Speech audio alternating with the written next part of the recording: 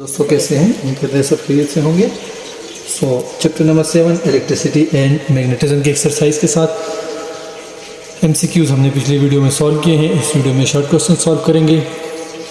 तो पहला short question है हमारे पास, why does a bulb light up in a close circuit. Close circuit में बल्ब क्यों लाइट अप होता है?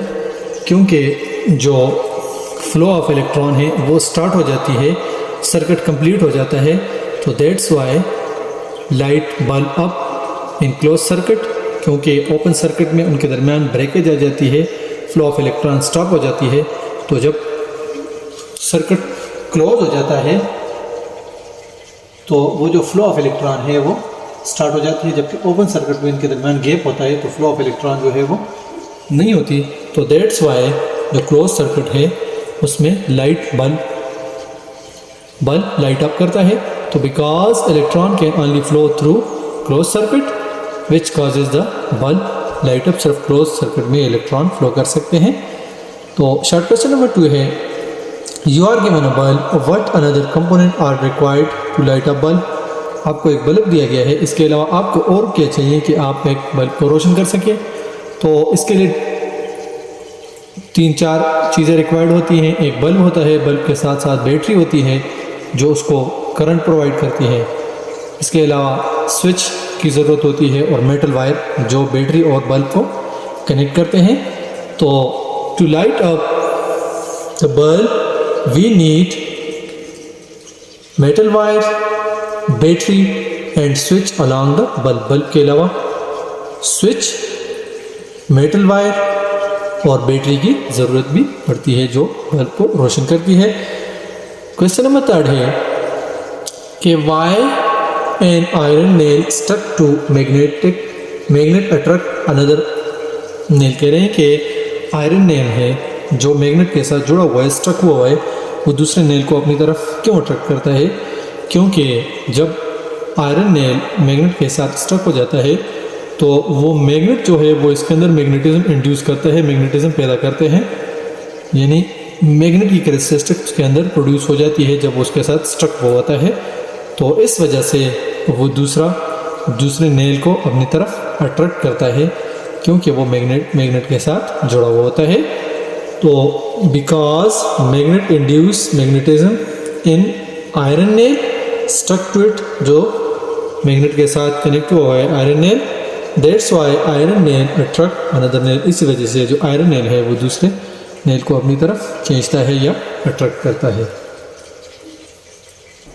क्वेश्चन नंबर 4 है, how are direction found using magnetic compass. Magnetic compass के जरिए हम डायरेक्शन कैसे मालूम करेंगे? तो उसका तरीक़ाकार ये होगा, वो magnet to find the direction of any place put a magnet को हम टेबल ग्राउंड पे रख लेंगे। नीडल जो है वो किस तरफ होगा? जो नॉर्थ साइड है वो नॉर्थ साइड की डायरेक्शन को अलाइन करेगा मैग्नेटिक फील्ड का, और जो साउथ डायरेक्शन है मैग्नेट का वो साउथ डायरेक्शन के साथ अलाइन होगा। तो उसके बाद हमने ये भी देखना है कि वहाँ पे कोई और चीज़ न रखी हुई हो, मैग्नेट या आयरन या कोई और चीज़ ना हो। फिर इसको हम आहिस्ता आहिस्ता रोटेट करेंगे। जब रोटेट करेंगे तो जो नॉर्थ साइड है वो नॉर्थ साइड के साथ अलाइन कर लेगा, और साउथ साइड जो है वो साउथ साइड के साथ जब अलाइन करेगा तो मैग्नेट जो कंपास है उसके ऊपर चारों डायरेक्शन बनी हुई है वो उसको मार्क कर लेगी, वो चारों डायरेक्शन को इंडिकेट करेगी। तो इस तरह हम डायरेक्शन मालूम कर सकते हैं।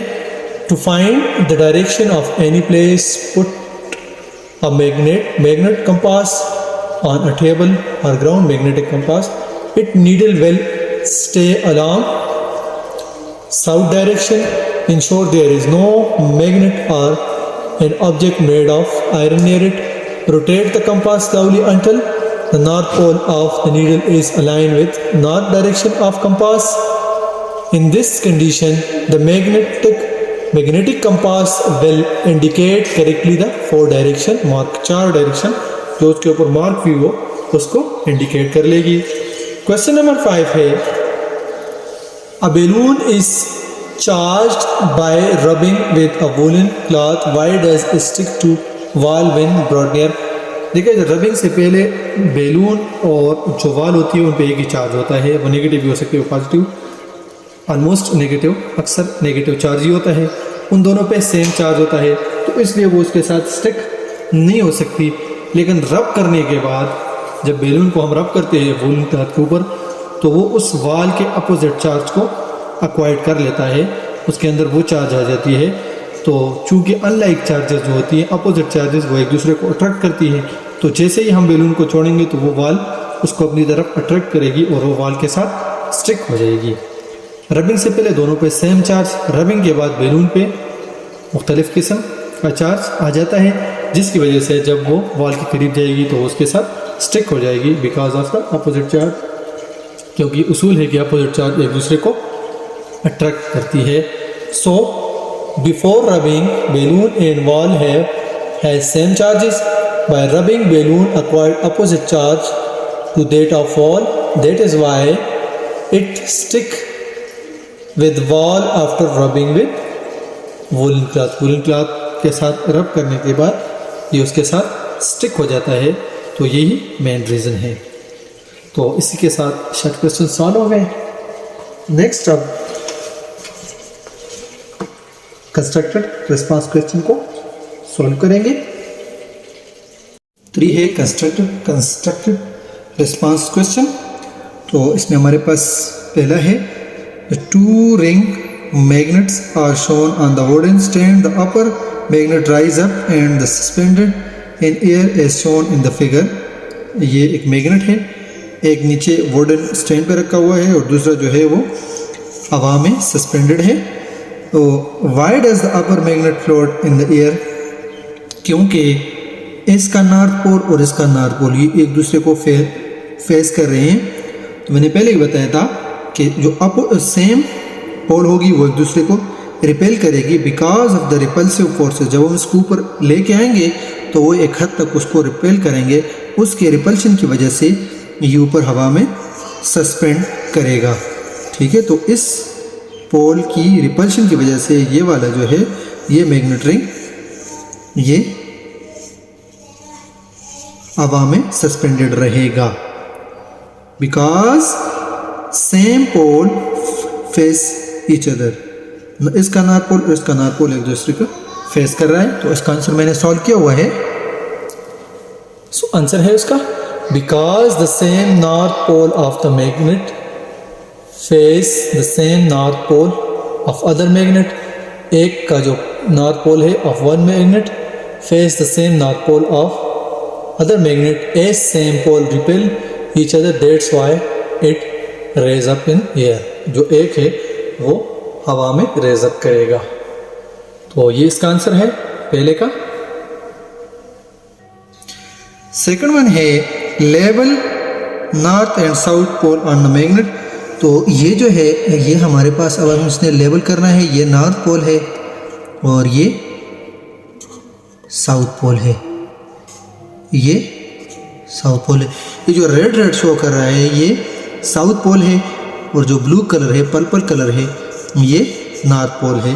तो इसको हमने लेबल कर लिया है। सो नंबर सेकंड है, there is a bar magnet without any direction, how will you identify its south pole. एक बार है उसके ऊपर कोई डायरेक्शन नहीं दी हुई है, उसके साउथ पोल को हम कैसे आइडेंटिफाई करेंगे। तो उसको आइडेंटिफाई करने का आसान तरीका है, उसको धागे के साथ सस्पेंड करेंगे एयर में। जब उसको घुमाएंगे तो जो साउथ पोल है वो साउथ पोल के साथ अलाइन कर साउथ डायरेक्शन में चला जाएगा और जो नॉर्थ पोल है वो नॉर्थ डायरेक्शन के साथ अलाइन कर लेगा। तो इस तरह हम उसकी डायरेक्शन को मालूम कर सकते हैं। जिसने साउथ डायरेक्शन ले ली जिस पोल ने, उसको साउथ डायरेक्शन के साथ मार्क कर लेंगे और जिसने नॉर्थ डायरेक्शन के साथ पोजीशन ले ली या उसके साथ अलाइन हुआ तो उसको हम नॉर्थ डायरेक्शन के साथ अलाइन कर ले हैं। तो इसको मैंने सॉल्व किया हुआ है। सो आंसर है it can be done when magnet bar suspended with thread in its position is disturb the north pole of magnet will align to a north direction and south pole will align to a south direction.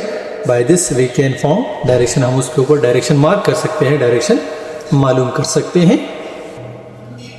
Third one है, there are 3 similar metal bar, one is magnet, the second one is that of iron and third one is aluminum. How how do identify each other, तो इसको हम identify कर सकते हैं। Magnet वाले को हम थ्रेड के साथ सस्पेंड कर देंगे, तो अगर वो नॉर्थ के साथ अलाइन हुआ साउथ के साथ, तो इसको हम कहेंगे कि ये मैग्नेट बार है। और मैग्नेट बार ने अगर किसी बार को अपनी तरफ अट्रैक्ट कर लिया तो उसको हम आयरन बार कह देंगे, और जिसको अपनी तरफ अट्रैक्ट नहीं करेगा तो वो एल्यूमिनियम बार होगा। इसको हम इसी तरह आइडेंटिफाई कर सकते हैं तीनों बार्स को। तो इसको मैंने सॉल्व किया हुआ है। If we suspend magnet bar, the metal bar which is aligned in north and south direction is a magnet. The bar attracted by magnet is a metal bar, while bar not attracted by magnet is aluminum bar. तो इस तरह हम इसकी identification कर सकते हैं। So number 4 है कि a plastic come charged with a woolen cloth stretched with an iron key. What do you observe? Give an example of similar from daily life phenomenon in daily life. तो इसमें होता ये है कि जब plastic कम को उस आई की के साथ थोड़ा सा टच करेंगे तो उससे एक स्पार्क प्रोड्यूस होगा, क्योंकि उसके ऊपर पॉजिटिव चार्ज आ जाता है। उसको अगर प्लास्टिक कम को अगर वूलन क्लॉथ के साथ थोड़ा रब करेंगे तो उस पर पॉजिटिव चार्ज आएगा, और जब आप फिर उसको की के साथ टच करोगे तो उससे एक स्पार्क प्रोड्यूस होगा।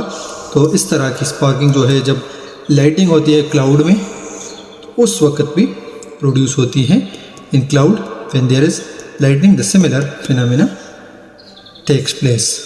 तो इसको सॉल्व किया हुआ है। सो इसका आंसर है when a plastic comb is rubbed with woolen cloth and by touching with iron key, spark will produce. Lightning in cloud is another example from daily life. ये भी daily life से एक मिसाल है। Number 4 and last है investigation. You are provided by bar magnet, paper pen, glass, plastic, aluminum, steel plates and a wooden board. Investigate which material allow magnetic attraction to pass through it. तो इसमें magnet बार से, paper pen से और जो steel plates है इनसे magnetic attraction पास हो सकती हैं।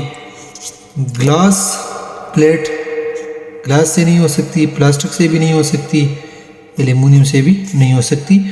तो इन तीनों से मैग्नेट बार, पेपर पेन और स्टील प्लेट इनसे पास हो सकती हैं। तो इसको मैंने सॉल्व किया हुआ है। सो इसका आंसर है magnet bar, paper pen and steel plate allow magnetic attraction to pass through it. इससे ये पास हो सकती है। तो इसी के साथ हमारा चैप्टर नंबर 7 कंप्लीट हो गया है। चलो नेक्स्ट वीडियो में चैप्टर नंबर 8 के साथ हाजिर होंगे। तब तक के लिए अल्लाह हाफिज़, अपना ढेर सारा ख्याल रखिएगा। और आखिर में एक छोटी सी रिक्वेस्ट, चैनल को सब्सक्राइब करना ना भूलिएगा। Bye bye.